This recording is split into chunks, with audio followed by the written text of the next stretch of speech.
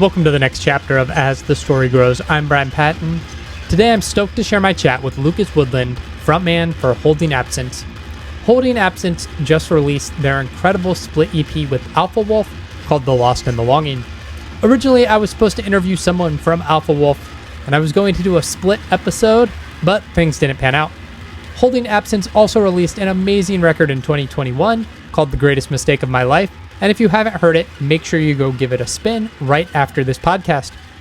Lucas talks about his experience in the choir in Wales, joining Holding Absence, not wanting the pandemic to define their 2021 release, and how that influenced releasing a split EP, and the musical direction that is driving the band. This was a great chat, and I enjoyed the time I got to hang with Lucas. I genuinely enjoy getting to talk to people who are excited about the art they're releasing.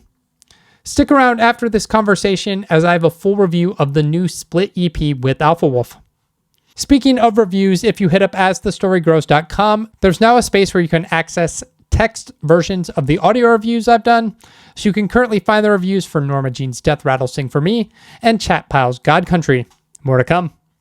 I've also noticed a lot of people liking the Facebook page. Welcome.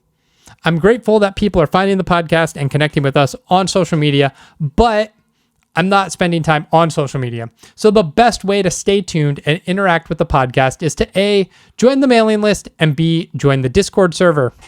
You can find links to both in the show notes and at asthestorygrows.com. I'm always sharing record reviews, recording schedules, who I'm talking to, what's happening with the podcast, what's happening in my personal life, what books I'm reading, what comics I'm reading, what movies I'm enjoying. So join the mailing list, join the Discord server. Let's engage there. Social media is just not doing it for me these days, and so these are better ways to stay connected with the podcast. So thanks for liking the Facebook page or Instagram or Twitter, wherever you're following the podcast, but join the mailing list, join us on Discord. All right, enjoy today's chat with Lucas Woodland from Holding Absence. I'm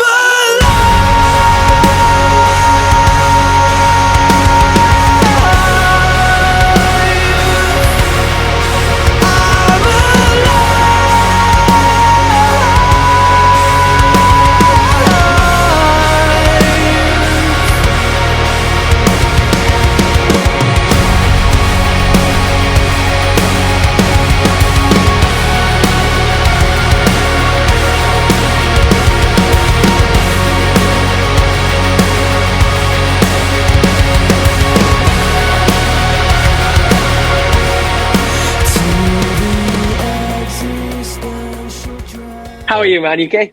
I'm doing great. How are you? I'm good, thank you. Yeah, That's awesome.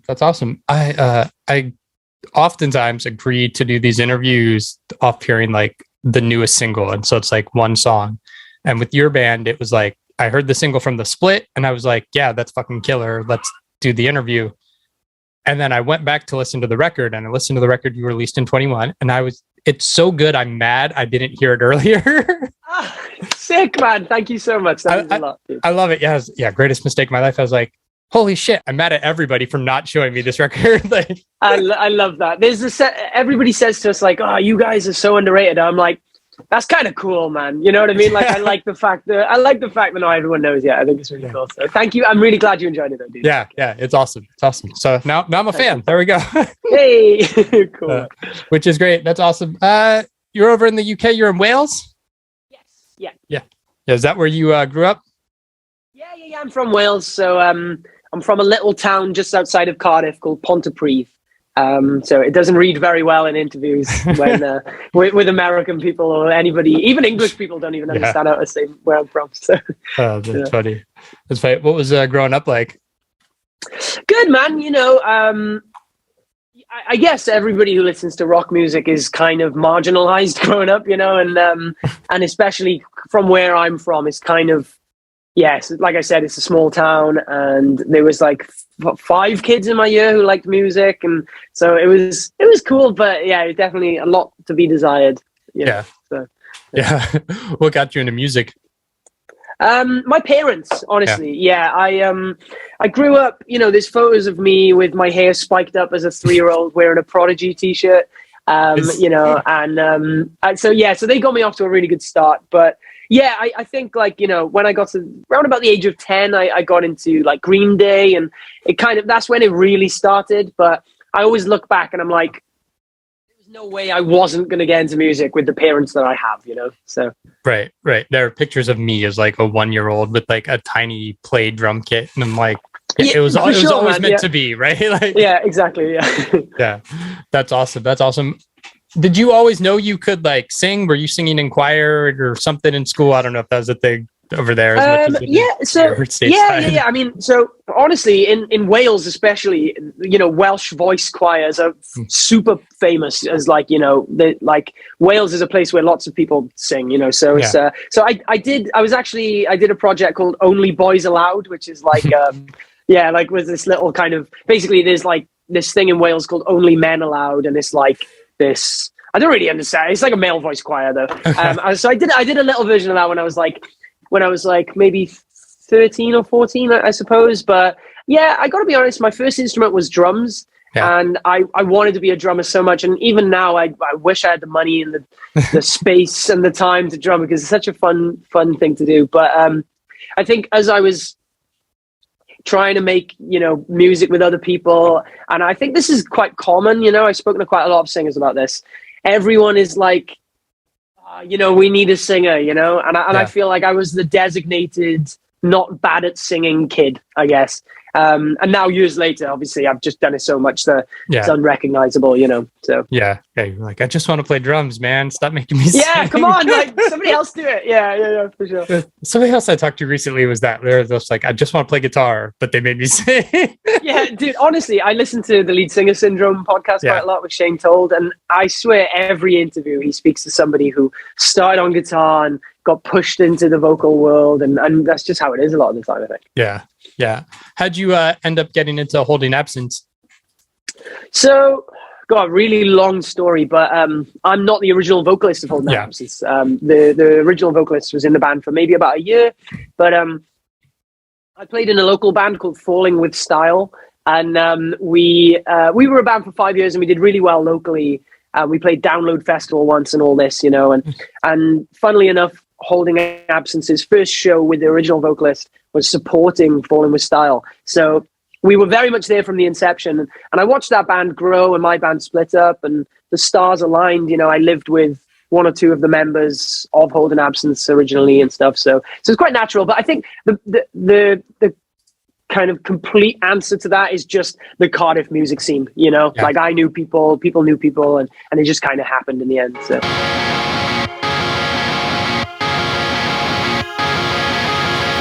When I get to the pearly gates, I know there'll be no shame in reaching out to you and hoping that you call my name.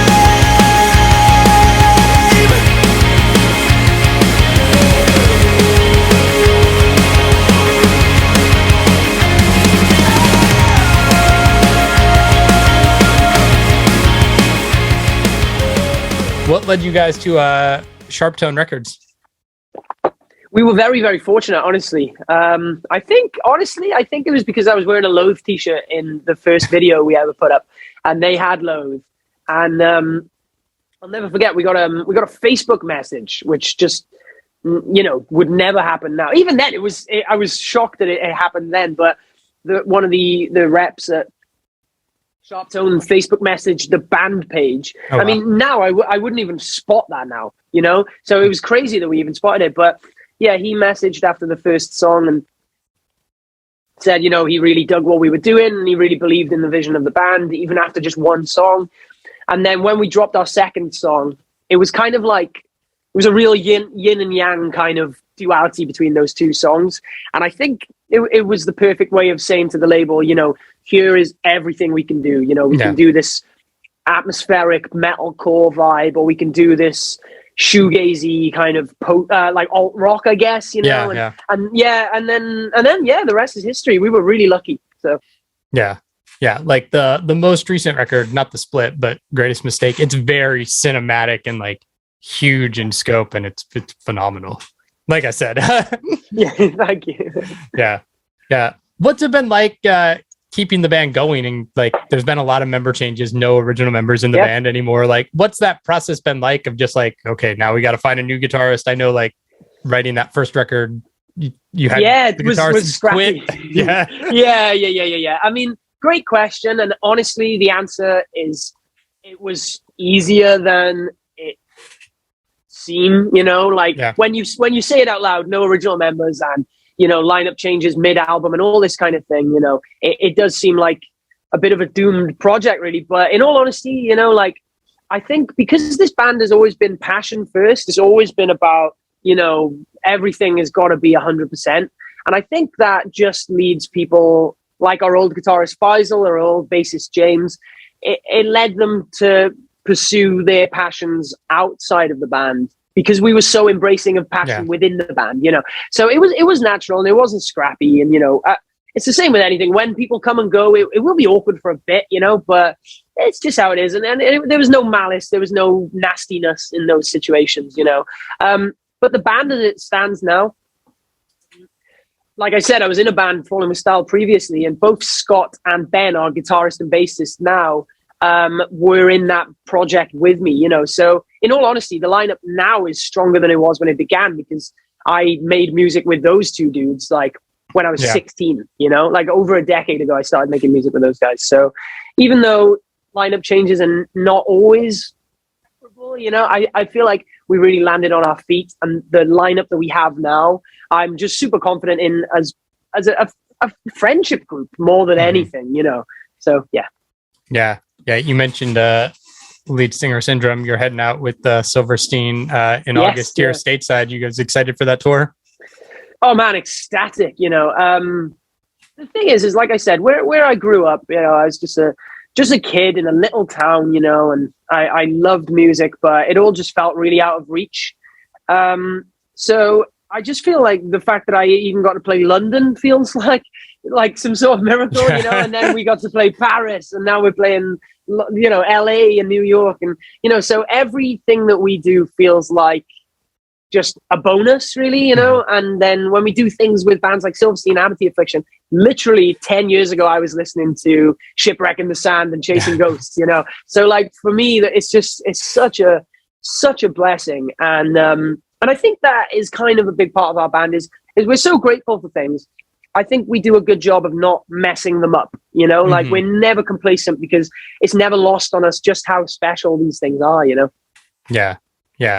And do you find it's like tough as a UK band to be like, all right, got to get to stateside and do stuff there? Is it like building where you are? Like, yeah, there's a lot of minutia to this conversation, because at the end of the day, when you're a British band, you can really realistically push 10 shows a tour in the UK before you start kind of cannibalizing your own fan base or it becomes convoluted, which because it's such a small, like I always tell people this, but Texas is 4 times the size of the UK, so, and you do maybe 3 shows in Texas, but that's like, 75% of a show in the UK when you do the maths. But yeah, so,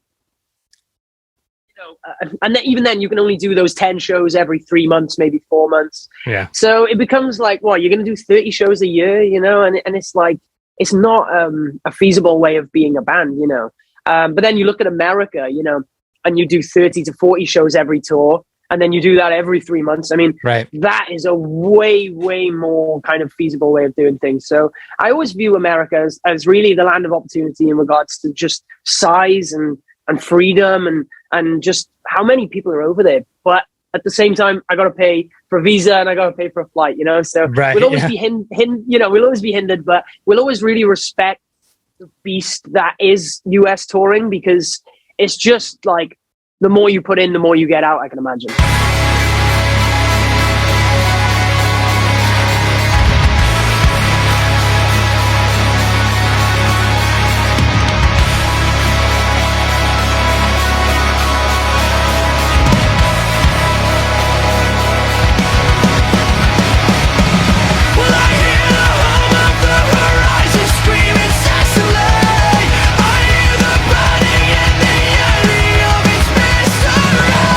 How do you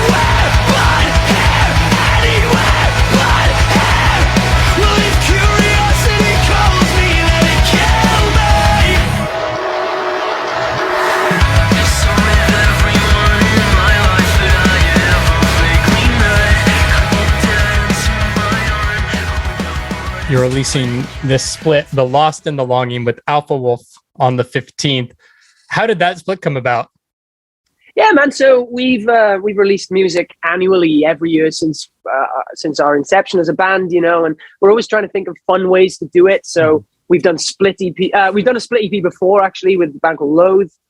We've done like, you know, picture discs. We're always trying to find fun ways of doing it. But this time around, I think, yeah, we just were like, how can we do it? What can we do, you know, that'll still feel fresh and exciting? And I think it was something like we played a show in America or something, and, you know, we saw an Alpha Wolf t-shirt in the crowd, and we were like, that's interesting. And we have mutual fan bases, you know, because you'd never expect it, you know. Yeah. And then round about the same time, I saw a post in the Reddit metalcore kind of forum, and it was loads of people saying that they were a big fan of our band, even though we aren't technically a metalcore band. And I think it was that conversation which was just, we can do this, and nobody's expecting it, so let's just do it, you know.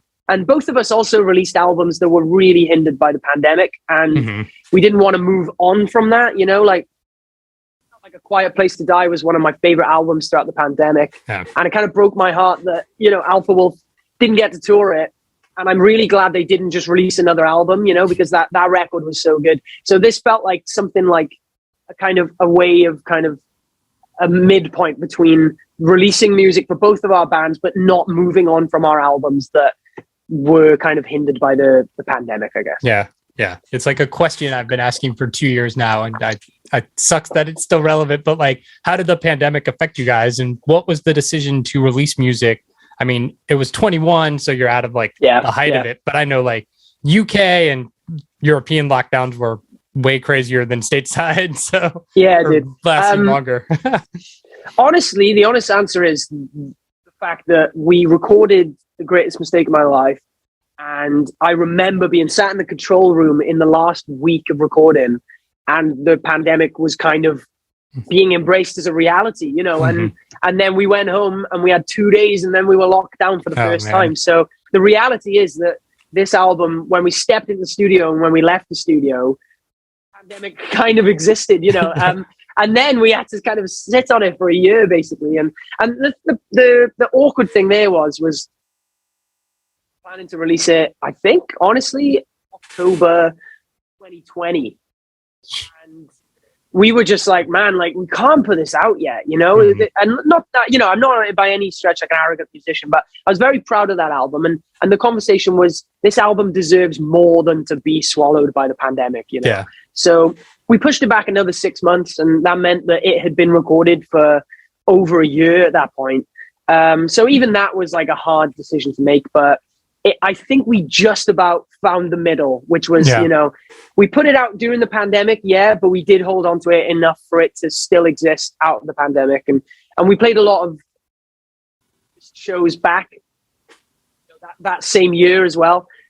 So I think we kind of just managed to pull it off. Yeah. So, yeah. This song, the first single you released, Aching Longing, like it's definitely a bigger sound. It builds off what you did with Greatest Mistake, but it's heavier, partly because you got the Alpha Wolf guys on it. Like, was there something different driving these songs on this split?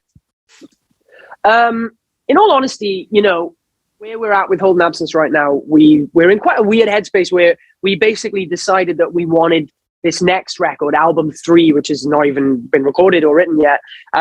We kind of wanted it to feel like the third album in a trilogy. I don't know why we bent in that direction, but, you know, we kind of said to ourselves, maybe for album 4, sound a little bit different, you know, but for album 3, we really love what we're doing. Probably fueled by the pandemic, honestly, you know. We don't want to move on from what we're doing because we love what we're doing, but also we do want to evolve someday, you know.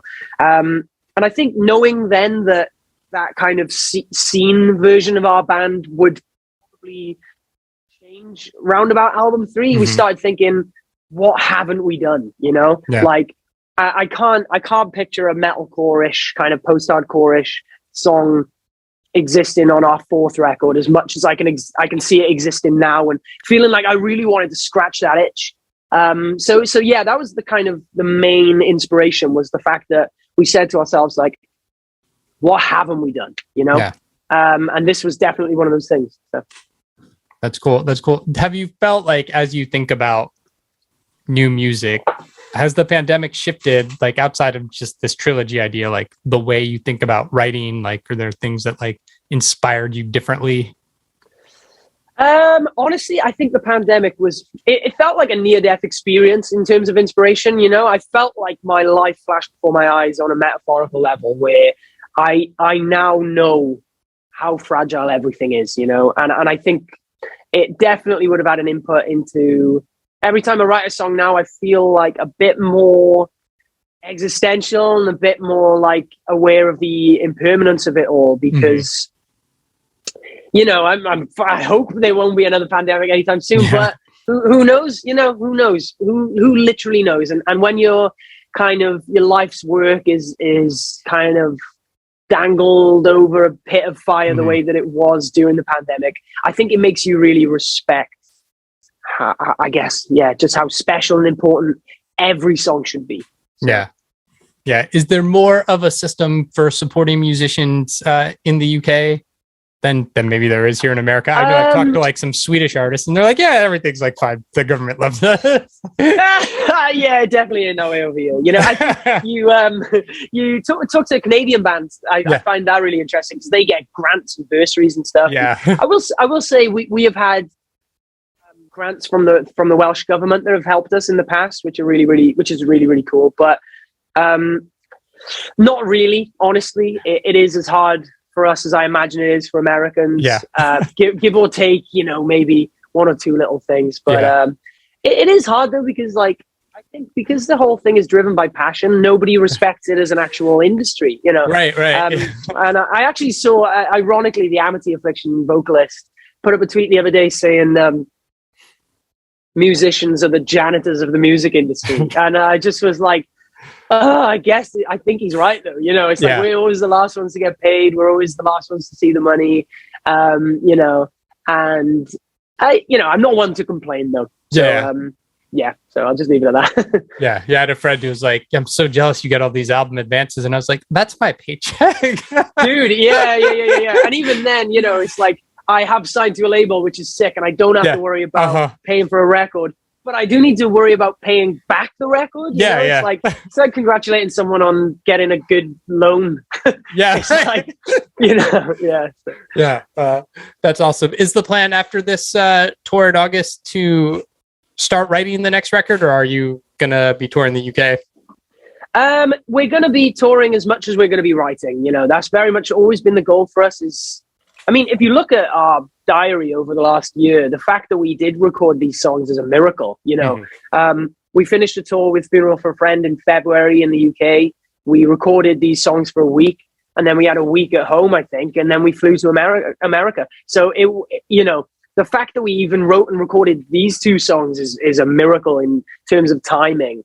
But you know, I am aware of the fact that I'm young, you know. I'm not as young as I used to be, you know, and I know there are younger people in the industry than me, but you know, I'd be stupid to be wasting this time, I think, because in 10 years time, I'll look back and wish I'd done more, you know. So for me, the goal is very much write music as often as possible, play shows as often as possible, and then release music and then play more shows and then try and just keep doing it as much as possible.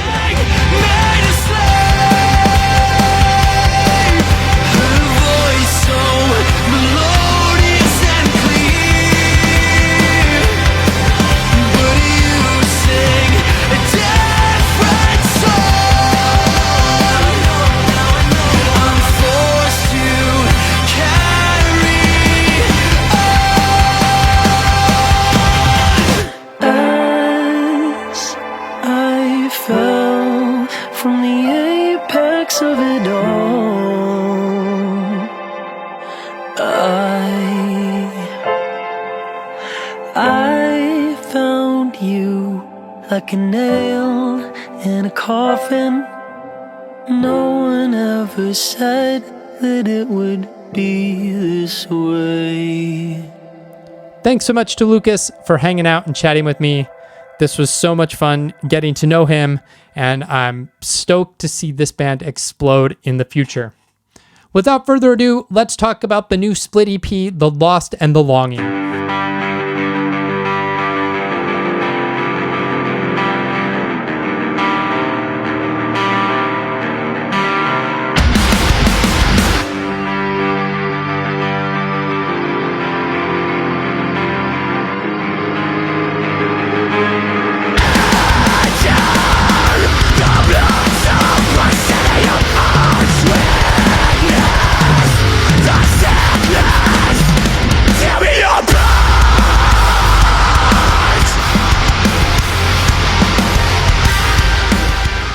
Split EPs are one of my favorite forms of musical releases. Split 7 inches and CDs were a staple of my music collecting when I was younger. Splits were a great place to find new bands while getting new music from an artist you love, or just a cheap way to discover new bands. The format remains on Bandcamp and is still a love of mine. My favorite splits are the ones that take two bands in a similar scene but of differing genres and put them together. And that's what Sharp Tone Records has given us with The Lost and the Longing, the new split featuring new music from Alpha Wolf and Holding Absence. The Australian metalcore band seems like an odd pairing with a cinematic post-hardcore band from Wales, but the bands worked together and jointly created a unique experience for fans. Each band has a song of their own and one where they collaborated with each other. 60 Centimeters of Steel kicks off the EP. Having spent time with Alpha Wolf's A Quiet Place to Die, this feels quite tame as an opener. It's still super heavy, and after Lockley screams 60 centimeters of steel in my stomach, I hate myself, but you fucking love it, the breakdown hits and the track goes full deathcore. You still get Lucas Woodland from Holding Absence delivering a soaring chorus, keeping the track's melodic vibe running through the song. Hotel Underground is pure deathcore. Alpha Wolf pulls no punches, and it feels right at home with the blistering pace the band set on A Quiet Place to Die. Holding Absence delivers a soaring post-hardcore anthem for their first offering on the split. Lockley screams at an extra punch, and the track definitely hits harder and differently than anything on the band's stunning 2021 record, The Greatest Mistake of My Life. Holding Absence closes the EP with Coffin, a beautiful ballad that reminds me of classic Amberlin. It's a phenomenal closure that doesn't feel out of place or like a letdown, given how high energy everything else has been. Alpha Wolf and Holding Absence teamed up to create something special. The Lost and the Longing is an EP that rises and falls perfectly. The band's collaborations work beautifully, and it feels like a cohesive piece of art and not just songs by two different bands. If you're a fan of both bands, one, or neither yet, this EP is a great addition to their discographies and a great place to jump in and become a fan.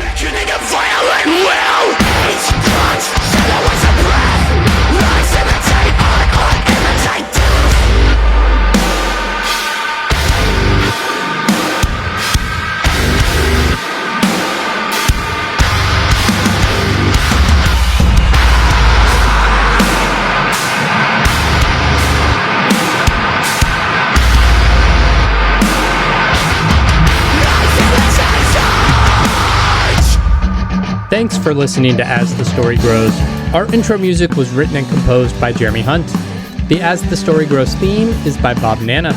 If you like what you hear, subscribe wherever you get your podcasts and give us a rating and review. If you'd like to support the show financially, you can join us at patreon.com/asthestorygrows. Be a part of our community and join the ongoing conversation over on Discord. If you enjoy this episode, share it on social media with your friends. Much appreciated, and thanks for listening. I never felt so young and alive as when I'm diving into a tune.